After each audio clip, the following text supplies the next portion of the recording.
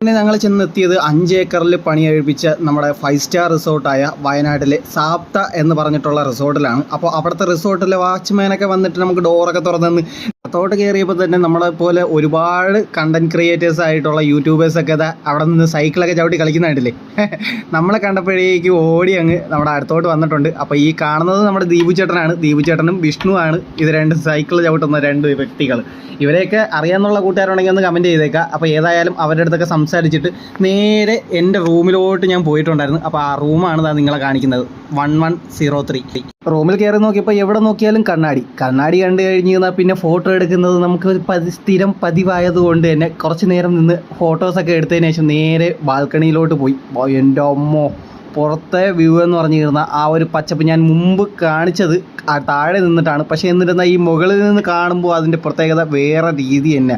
അപ്പോൾ തൊട്ടടുത്തുള്ള ബാത്റൂമും കാര്യങ്ങളൊക്കെ ഒന്ന് കയറി